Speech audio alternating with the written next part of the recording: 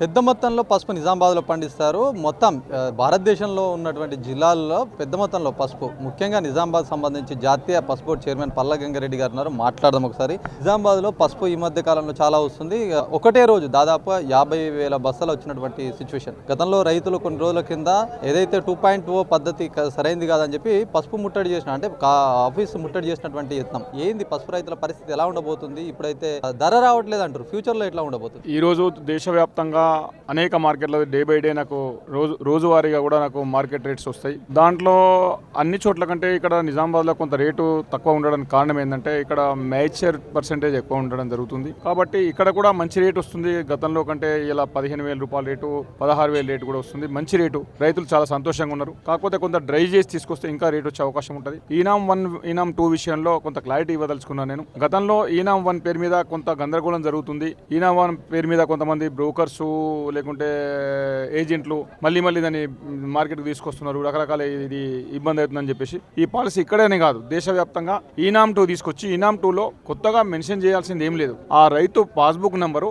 రైతు cell phone number అంతే. దీన్ని మధ్యవర్తులని అంటే పక్కకు తప్పేయడం కోసం ఈ బ్రోకరేజ్ ఉండకుండా రైతుకు నేరుగా లాభం జరగాల. రైతుకు ఏం రేటు పోయింది ఫోన్ నంబర్ ఎంట్రీ చేస్తే ఎవరైతే కమిషన్ ఏజెంట్ ఉంటాడో, వ్యాపారస్తులు ఉంటాడో, రైతులు మోసం చేసే ఆస్కారం ఉంటుంది. మోసం చేసే ఆస్కారం ఎందుకు ఉండదు అంటే ఫోన్ నెంబర్కి మెసేజ్ పోతుంది, నీకు ఆన్లైన్లో ఎంత రేట్ కోడ్ అయింది, నీది ఎన్ని గంటలకు మార్కెట్కి వచ్చింది, ఎన్ని గంటలకు కాంటా అయింది, అవన్నీ డీటెయిల్స్ మెసేజ్ ద్వారా వెళ్ళిపోతుంది. ఈనామ్ 2 అంటే దాన్ని కొత్తగా యాడ్ చేసింది ఏం లేదు. ఈనామ్ 1 నుంచి ఈనామ్ 2గా దాన్ని డైవర్ట్ చేసింది. ఓన్లీ రైతులకు నష్టం జరగకుండా, రైతులకు ఇబ్బంది జరగకుండా. వీళ్ళు ఇక్కడ ఏదైతే ఈనామ్ 2ని వాళ్ళు తొందరగా ఎంట్రీ చేయడానికి మాకు passbook number, cell phone number entry కావడానికి ఇబ్బంది ఏంటంటే మార్కెట్ డైరెక్టర్, స్టేట్ డైరెక్టర్ నేను వాళ్ళతో మాట్లాడాను. మీరు అరేంజ్ చేసుకోండి. సంవత్సరానికి 10 కోట్ల రూపాయల ఆదాయం ఉంది నిజామాబాద్లో టర్మరిక్ ద్వారా. మీరు ఎక్కువ మంది ఎంప్లాయీస్ని పెట్టుకోండి, ఎక్కువ మంది సిస్టమ్స్ పెట్టుకోండి, తొందరగా ఫాస్ట్గా పనిచేరేటట్టు చూడండి.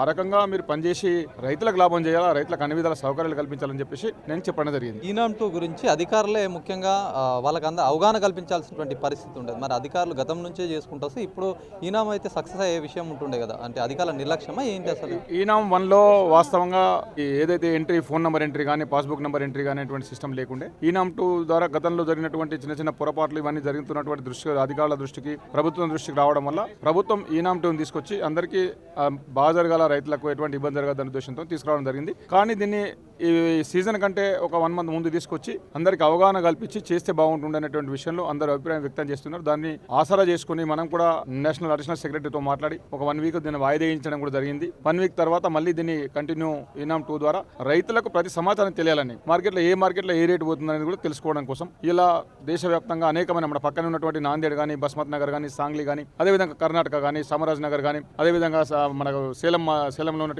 ఈరోడ్ మార్కెట్ కానీ, దేశంలోనే గుజరాత్లో ఉన్నటువంటి అహ్మదాబాద్ మార్కెట్ కానీ అనేక మార్కెట్లలో డ్రై పసుపు వస్తుంది. ఇక్కడ కూడా కొంత డ్రై చేసి తీసుకొస్తే దేశంలో అన్ని రేట్లతో సమానంగా మన రేట్ కూడా పోతుంది. ఇక్కడ రైతులు 9 నెలలు కష్టపడతారు, ఇంకో 9 రోజులు లేకుంటే ఇంకో 9 గంటలు ఎక్కువ కష్టపడి కొంత డ్రై చేసి తీసుకొస్తే బాగుంటుంది. రైతుకు మంచి రేట్ వచ్చే అవకాశం ఉంటుంది. మీరు సాంగ్లీ, బస్మత్ నగర్ అండ్ నాందేడ్ రేట్స్ తీసుకోండి. అక్కడ దాదాపు 17,000, 18,000 వరకు వెళ్తుంది. వెరైటీని బట్టి రేట్ ఉంటుంది. ఒక్కొక్క వెరైటీ ఒక్కొక్క రకంగా ఉంటుంది. కాబట్టి ఆ రకంగా పసుపు కూడా రేట్ వస్తుంది. మద్దతు ధర గురించి చాలా మంది రైతులు ఆవేదన వ్యక్తం చేస్తున్నారు.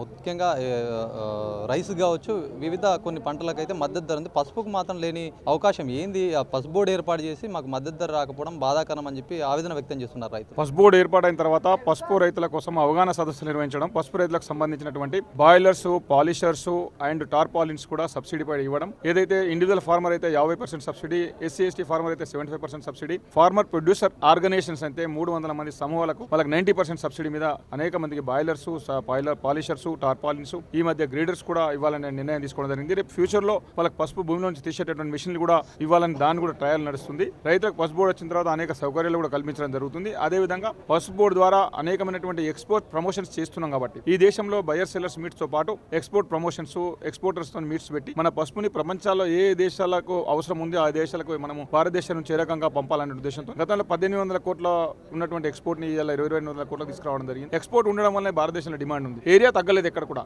ఏరియా పెరుగుతుంది రోజు రోజుకు. గతంలో 2.5-3 లక్షలు ఉన్నటువంటి పసుపు ఎకరాల ఏరియా ఈ రోజు 8 లక్షల ఎకరాలకు పోయింది. పసుపు ఏరియా ఎప్పుడు తగ్గలేదు, ఏరియా పెరుగుతుంది. పసుపు అనేది ఇది కమర్షియల్ క్రాప్. నిత్యావసర ధాన్యాలు ఏదైతే ఉంటాయో గోధుమలకు, వరికి ఒక 4-5 పంటలకు మాత్రమే మద్దతు ధర ఉంటుంది, పప్పు దినుసులకు. మిగతా పంటలకు మద్దతు ధర ఉండదు. ఇదంతా కూడా మార్కెట్ డిమాండ్ సప్లైని బట్టే ఉంటుంది. కాబట్టి దానికి అనుగుణంగా రైతులకు కావాల్సినటువంటి ఫెసిలిటీస్ మాత్రం బోర్డు కల్పిస్తుంది. ఎక్స్పోర్ట్ ప్రమోషన్ చేయడం వల్ల పసుపు ప్రపంచంలో డిమాండ్ పెరగడం వల్ల రైతుకు రేట్ వస్తుంది. గతంలో 6,000 ఉన్నటువంటి రేటు ఇలా 16,000 వచ్చిందంటే దాన్ని అర్థం చేసుకో. ముఖ్యంగా చివరగా ఏంటంటే రైతులు పండించే పసుపు ఏదైతే ఉందో దీనికి ఆ పురుగు మందులు ఏదంటే అదే పిచికారీ చేయాల్సి ఉంటుంది. ఎట్లా చేయాల్సి మాకు ఒక అవగాహన లేదు. అధికారులు కావచ్చు, ఎవరైనా వ్యవసాయ అధికారులు లేకపోతే పసుపుకు సంబంధించిన బోర్డు ఏర్పాటు చేశారు. కనీసం ఈ పసుపుని ఎలా పండించాలి కొన్ని మెలకువలు నేర్పిస్తే మేము ఇంకా అద్భుతంగా పండిస్తామని చెప్పి రైతులు చెప్తున్నారు. దీని విషయంలో మీరు ఏం చెప్తారు? ఈ రోజు దేశవ్యాప్తంగా పసుపు బోర్డు ఆధ్వర్యంలో దాదాపు ఒక 150 గ్రామాల్లో, దేశం మొత్తంలో 150 నుంచి 200 గ్రామాల్లో పసుపు ప్రధానంగా పండించేటటువంటి గ్రామాల్లో అవగాహన సదస్సులు, అవేర్నెస్ ప్రోగ్రామ్స్, పసుపు విత్తనం పెట్టినట్టు మొదలుకొని తీసిన తర్వాత మార్కెట్ తీసుకుపోయేంత వరకు ఏ రకమైనటువంటి మెలకువలు పాటించాలా, పసుపు ఆ రకమైనటువంటి ఉత్పత్తి చేయడమే కాదు, పసుపు ద్వారా ఏ రకమైనటువంటి బై ప్రోడక్ట్ ఉపోత్పత్తులు తయారు చేసుకోవచ్చో